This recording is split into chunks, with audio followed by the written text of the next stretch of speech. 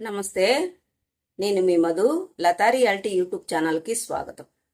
Friends, నిన్న మహానాడు జరిగింది, ఇక్కడ తిరుపతిలో జరిగిందనమాట.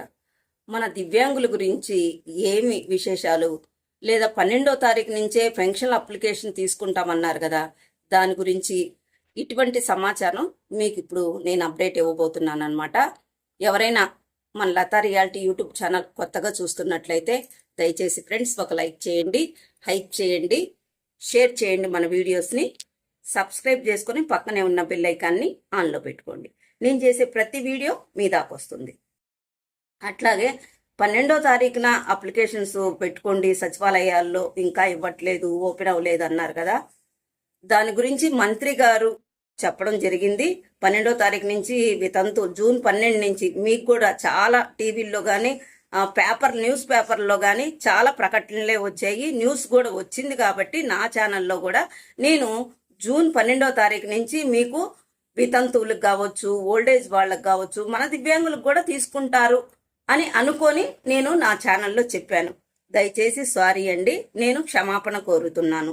ఎందుకంటే 12వ తారీఖు నుంచి ఓపెన్ అవ్వలేదంట, ఇవ్వలేదు మేడం గారని నాకు మెసేజ్లు చేశారు. కాబట్టి నేను నా ఛానల్ ద్వారాగా చెప్పాను, కాబట్టి అది నిజం అనుకొని చెప్పాను. లేటుగా అయినా అవ్వచ్చు, కానీ వాయిదా పడ్డాయి అంట, అది నాకు ఇందాకే తెలిసింది. కాబట్టి ఈ వీడియో చేస్తున్నాను. ఓకేనా ఫ్రెండ్స్? వాయిదా పడితే డేట్లు ఏమి ఇవ్వలేదు, ఎప్పటి నుంచి తీసుకుంటాము అనేది సచివాలయం వాళ్ళకు కూడా తెలియదంట. కాబట్టి మీరు టెన్షన్ పడి సచివాలయాల దగ్గరికి వెళ్ళొద్దండి దయచేసి. మళ్ళీ తదుపరి ఎప్పుడు అనేది డేట్ వాళ్ళు చెప్తే నేను వీడియో చేసి పెడతాను. ఓకేనా ఫ్రెండ్స్? ఇది జూన్ 12వ తారీఖు పెన్షన్ల విషయం, క్లారిటీ. ఓకే, ఇప్పుడు ఇక్కడ మన తిరుపతిలో మహానాడు జరిగింది. మన ముఖ్యమంత్రి గారు, పవన్ కళ్యాణ్, కూటమి ప్రభుత్వం అందరండి, ఒకళ్ళిద్దరు కాదు, కొన్ని వేల మంది వచ్చి ఇక్కడ బహిరంగ సభ జరిగింది. కానీ దాంట్లో ఈ 2 సంవత్సరాలు వాళ్ళు చేసిన అన్ని అభివృద్ధి కార్యక్రమాలు చెప్పారు, బాగానే ఉంది. కానీ మా దివ్యాంగులకు ఈ 2 ఏళ్లలో ఒక్క పెన్షన్ కూడా ఇవ్వకపోవడం కారణం ఏంటి? ఒక్క పెన్షన్ కూడా ఇవ్వలేదే. ఎంతమంది సఫర్ అవుతున్నారు? మామూలు పర్సన్స్ వాళ్ళ గురించి కాదండి, ఎస్పెషల్లీ మన దివ్యాంగుల గురించి మాత్రమే నేను మాట్లాడుతున్నాను.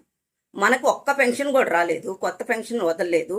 ఇప్పుడు ఓల్డేజ్ వాళ్ళకి కావచ్చు, వితంతువులకు కావచ్చు, 50 years ఇచ్చే వాళ్ళకి కావచ్చు, అదంతా దాని గురించి నేనేం ఫోకస్ చేసి మాట్లాడట్లేదు. ఇంత పెద్ద మహానాడులో మన దివ్యాంగుల అభివృద్ధి గురించి, మన దివ్యాంగులకు స్టార్టింగ్లో 3,000 6,000 చేసినారని మాత్రమే చెప్తున్నారు. కానీ ఈ 2 సంవత్సరాల పరిపాలనలో ఈ పెన్షన్లు మేము ఇచ్చాము, ఈ సంవత్సరంలో మేము ఇది ఇచ్చాము అనే మాట ఎక్కడా లేదు. అవునా కాదా? కాబట్టి ఇక ఎప్పుడు ఇస్తారు అనేది తెలియని విషయం. ప్రతి ఒక్కళ్ళు మన పెన్షన్ల కోసమే ఎదురు చూస్తున్నాం, మన దివ్యాంగులమైతే. అవునా కాదా? కాబట్టి దీని గురించి సమాచారం ఏమీ లేదు ఫ్రెండ్స్. ప్రతి ఒక్కళ్ళు నాకు కామెంట్ చేసి అడుగుతున్నారు, మేడం గారండి కొత్త పెన్షన్లు ఎప్పుడు ఇస్తారు, మేడం గారండి హెల్త్ పెన్షన్స్ 10,000 పెన్షన్లు ఎప్పుడు ఇస్తారు, డిఎంహెచ్ఓ పెన్షన్స్ ఎప్పుడు వస్తాయి, 15,000 రూపాయల పెన్షన్లు మాకు ఎప్పుడు ఇస్తారు, బెడ్ రిలేటెడ్ మేడం గారండి మేము అడుగుతూ ఉంటే చాలా బాధాకరమైన విషయం ఇదైతే మాత్రం. కాబట్టి దీని గురించి సమాచారం ఎక్కడ లేదు. ఏదైనా న్యూస్లో వచ్చి ఏదైనా వాట్సాప్ గ్రూపుల్లో స్ప్రెడ్ చేసినా మీరు దయచేసి నమ్మవద్దు. అది చెప్పడానికే నేను ఈ వీడియో చేస్తున్నాను.